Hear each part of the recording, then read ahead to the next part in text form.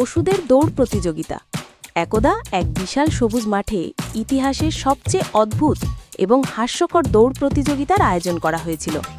মাঠের এক কোণে বসে থাকা ডাইনোসর এই অনুষ্ঠানের প্রধান ঘোষক এবং বিচারক। প্রতিযোগীর তালিকা দেখলে যে কেউ অবাক হতে বাধ্য। সেখানে ছিল রাগী টিরেক্স, শান্তশিষ্ট জিরাফ, বিশালদেহী ম্যামথ আর আজব এক বেগুনি রঙের জাদুকরী এলিফ্যান্ট।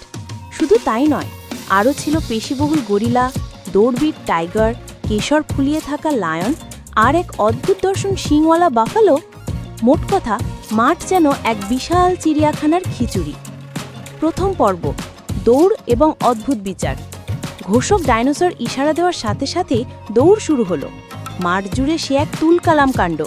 টিরেক্স বিকট চিৎকার করে দৌড়ানোর চেষ্টা করছিল, কিন্তু তার ছোট ছোট পা দিয়ে সে তেমন এগোতে পারছিল না। জিরাফ তার লম্বা পা নিয়ে দৌড়াতে গিয়ে বারবার হোঁচট খাচ্ছিল, আর ম্যামথের দল দৌড়ানোর সময় এমনভাবে মাটি কাঁপাচ্ছিল যে বাকিদের দৌড়ানোই মুশকিল হয়ে পড়েছিল। কিন্তু এই দৌড় শুধু গতির ছিল না, ছিল স্টাইলেরও। হঠাৎ করেই ডাইনোসর ঘোষণা করল, স্টাইল পুলিশ অ্যাক্টিভ। সাথে সাথে এক বিশাল লাল এক্স চিহ্ন এসে পড়ল হিপ্পোর ওপর। তার অপরাধ কি? সে দৌড়ের মাঝে হাই তুলেছিল, যা বিচারকের চোখে ছিল চূড়ান্ত অলসতা। এরপর একে একে বাদ পড়ল ম্যামথ, কারণ তার দাঁত জিয়াদি লম্বা ছিল, গরিলা, কারণ সে দৌড়ানোর চেয়ে বুক চাপড়াচ্ছিল বেশি, আরও অনেকে। এই অদ্ভুত বিচারে টিকে গেল কয়েকজন ভাগ্যবান। দ্বিতীয় পর্ব, বিশৃঙ্খলা এবং নতুন প্রতিযোগীরা। মাঠ কিছুটা ফাঁকা হতেই দ্বিতীয় পর্বে দৌড় শুরু হলো।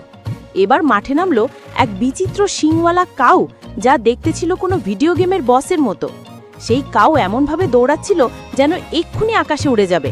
তার সাথে পাল্লা দিয়ে দৌড়াচ্ছিল বেগুনি রঙের জাদুকরী এলিফ্যান্ট, যার নাম ছিল গজরাজ। সে এমন শান্তভাবে দৌড়াচ্ছিল যেন পার্কে হাঁটতে বেরিয়েছে, কিন্তু অবাক করা বিষয় হলো সে সবার সাথেই সমান তালে চলছিল। আবারও শুরু হলো স্টাইল পুলিশের বিচার। এবার বাদ গেল একটি সাধারণ এলিফ্যান্ট, কারণ তার দৌড়ানোর ভঙ্গি বিচারকের একঘেয়েই মনে হয়েছে। একে একে আরও কয়েকটি প্রাণী বাদ পড়ার পর মাঠের প্রতিযোগী সংখ্যা আরও কমে এলো। চূড়ান্ত পর্ব, শেষ মুহূর্তের উত্তেজনা। অবশেষে চূড়ান্ত দৌড়ের জন্য মাঠে টিকে রইল কয়েকটি প্রাণী। এদের মধ্যে ছিল কেশরওয়ালা লায়ন, যাকে দেখে মনে হচ্ছিল সে এখনও শ্যাম্পুর বিজ্ঞাপন করছে। তার পাশে ছিল রাগী বাফালো, যে কিনা শুধু জেতার জন্যই দৌড়াচ্ছিল। আর ছিল সবার আদরের গজরাজ, সেই বেগুনি এলিফ্যান্ট। শেষ ল্যাপে এসে সবাই নিজের সবটুকু শক্তি দিয়ে দৌড়াতে লাগলো। টাইগার আর টিরেক্স তো আগেই বাদ পড়ে গিয়েছিল। সবাই ভাবছিল হয় শক্তিশালী বাফেলো জিতবে, না হয় শান্তশিষ্ট গজরাজ কোনো জাদু দেখিয়ে জিতে যাবে। কিন্তু সবাইকে অবাক করে দিয়ে ফিনিশিং লাইন সবার আগে পার করলো সেই কেশরওয়ালা লায়ন। সে দৌড়ানোর সময়ও নিজের চুলের স্টাইল ঠিক রেখেছিল, আর হয়তো এই স্টাইলের জন্যই সে বিচারকের মন জয় করে ফেলেছিল। পুরস্কার বিতরণী। অবশেষে পুরস্কারের মঞ্চে উঠল বিজয়ীরা। প্রথম স্থান অহংকারী লায়ন। সে বিজয় ট্রফি নিয়ে এমনভাবে পোজ দিচ্ছিল যেন এক্ষুনি তার ইন্টারভিউ নেওয়া হবে। দ্বিতীয় স্থান রাগী বাফেলো।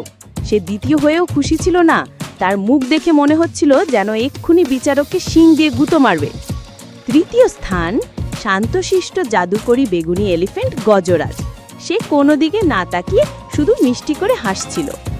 মাঠের কোণে বসে থাকা সানগ্লাস পরা ডাইনোসর মুচকি হেসে ঘোষণা করল, আজকের মতো প্রতিযোগিতা এখানেই শেষ। আগামী বছর আরও অদ্ভুত সব প্রতিযোগীদের নিয়ে আমরা আবার ফিরে আসব।